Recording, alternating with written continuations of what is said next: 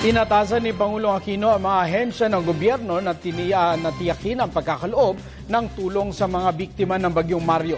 Kabilang na dito ang pagpapabalik ng supply ng kuryente sa mga naapektuhang lugar at ang patuloy na pagsasagawa ng flood control projects. Narito ang ulat ni Elena Luna.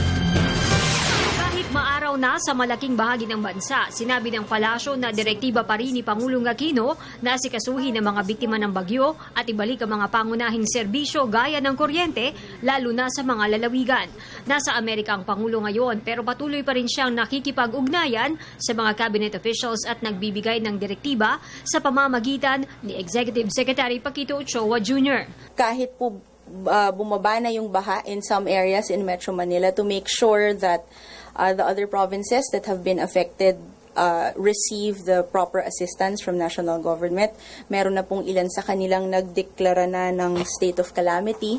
Meron pong mga, even within the National Capital Region, meron pa rin po tayong mga areas na flooded. So, ang ano po ng Pangulo ay siguraduhin kahit umaaraw na ay patuloy pa rin po yung pagtulong ng pambansang pamahalaan. At syempre, ang pinaka-importante ho dyan yung restoration of power in some areas na nagkaroon ho ng damage.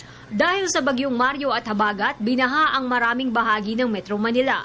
Natukoy ng DPWH na ilan sa dahilan nito ang mga basurang naipon at baradong mga daanan ng tubig. Magkaganon man, tiniyak ng palasyo na patuloy ang ginagawang flood control project ng pamahalaan.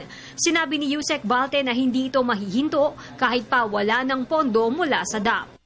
Yung iba po, sinisikap ng DPWH na ilagay po nila doon sa kanilang proposal for 2015. So, hinahanapan naman po nila ng alternative funding sources. Katulad ng, yun nga ho nabanggit ni Secretary Singson. While there were some infrastructure flood-related projects that were affected by the DAP decision, hahanapan po nila ng iba hong funding source para maituloy pa rin po ito. Target ng gobyerno na matapos ang flood control project sa susunod na taon. Para sa Telebisyon ng Bayan, Elena Luna.